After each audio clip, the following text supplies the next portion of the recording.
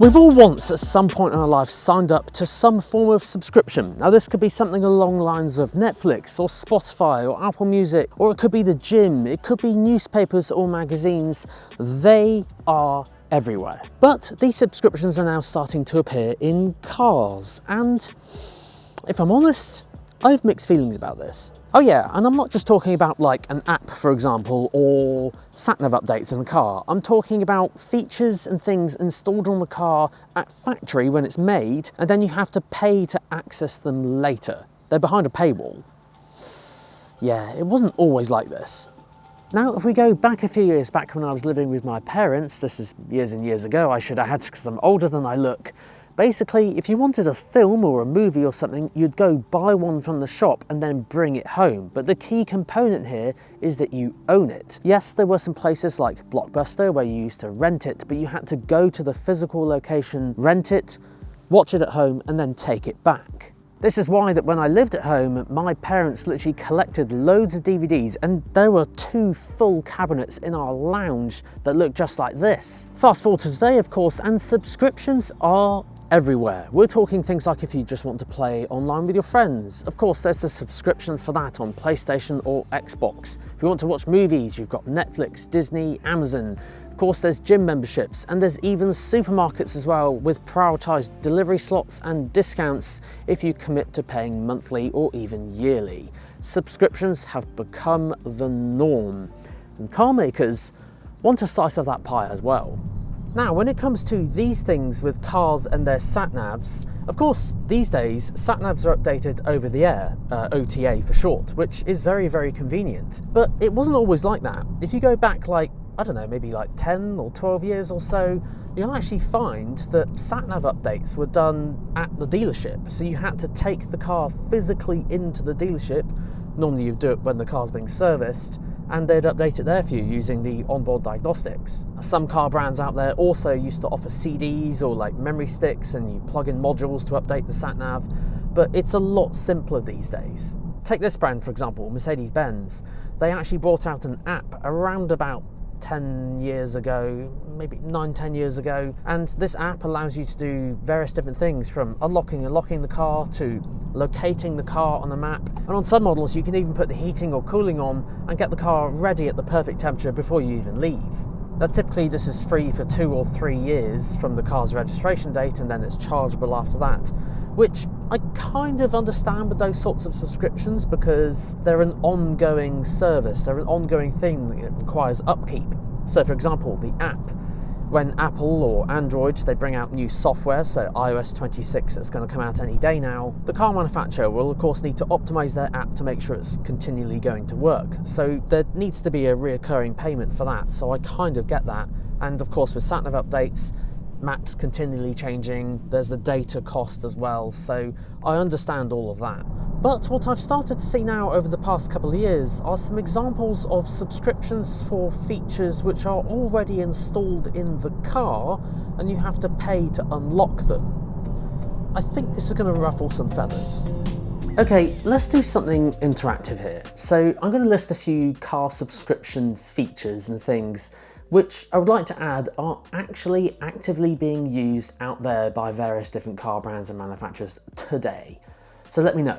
We'll start off with some basic ones, and guys, yeah, comment down below if you would, number 1, use this feature, and number 2, if you think it would be a good idea. So let's start easy.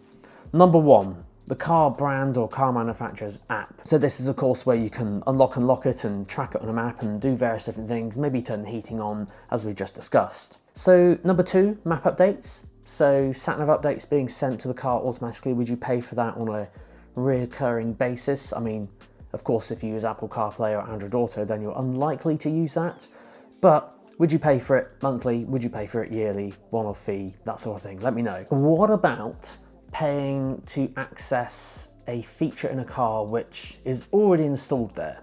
So an example of this could be, say there's a camera here, like at the top of the windscreen, which does one feature, but then you need to pay more to get it to do something else. So it's almost like locked by software. Or let's turn the dial up or the heat up ever so slightly.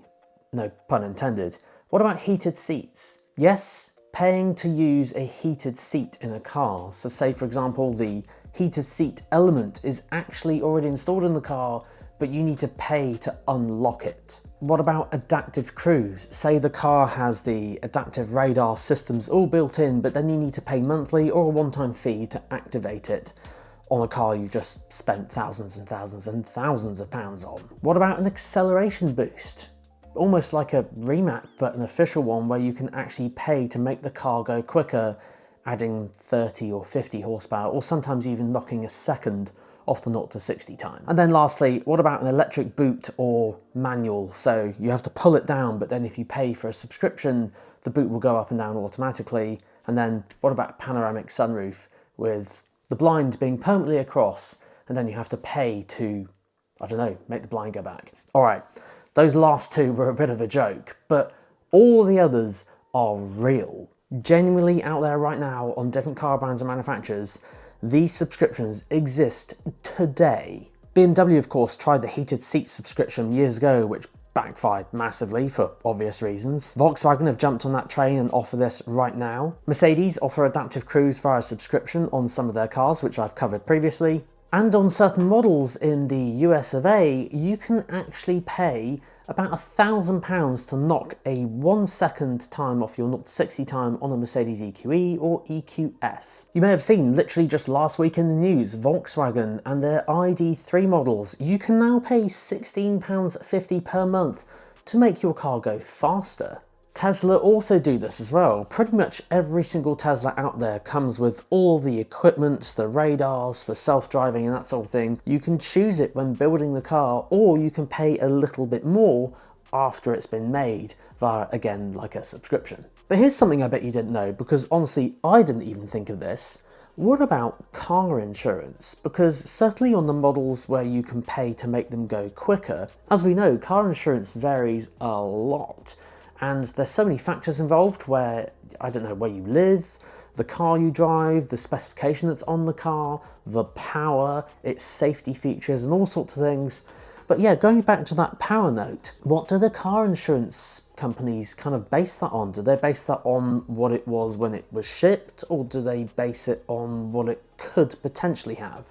So let's look at the ID3 again. It ships with 201 horsepower, but the upgrade at £16.50 per month, or a one-off fee of £649 for lifetime access, would increase the horsepower to 228 horsepower. Do you need to notify the car insurance company for that, or did they already know it was 228 horsepower? There's a bit of a weird one, because I guess the other question as well, just thinking about it, does that mean the premium was already high? Because if they were basing it on 228 horsepower already, if you didn't pay for that upgrade, was the premium more in the first place? I guess we'll never know. Now, when it comes to car engines, car manufacturers have been doing this sort of thing for years. So take this car, for example. This is a 1.3 litre made by Mercedes-Benz, officially known as a Mercedes A180. Now, they also sell another engine called an A200, which is also a 1.3 litre, exactly the same engine as far as I know, but the horsepower is different. 136 horsepower is this one, and then it's 163 horsepower for the upgraded version. So as far as I'm aware, the engines are exactly the same, they're just tuned slightly differently. So I guess this is a very similar thing. The only difference here with Volkswagen's example, for example, and Mercedes in the USA, EQE and EQS, is that they're allowing people to upgrade to the faster version via software, which I don't know how I feel about that. But there again, just thinking about it, if Mercedes emailed me and said, hey Nick, did you want to upgrade this to 163 horsepower for, I don't know, £600-700? I don't know, would I pay that? Would I do that? I mean, I would like more power from this car. I wanted to go for the A200, I wanted to go for the faster version, but I don't know. Would I? At least, it's... I don't know how to explain this because I'm so on the fence with this. It's a very tricky topic.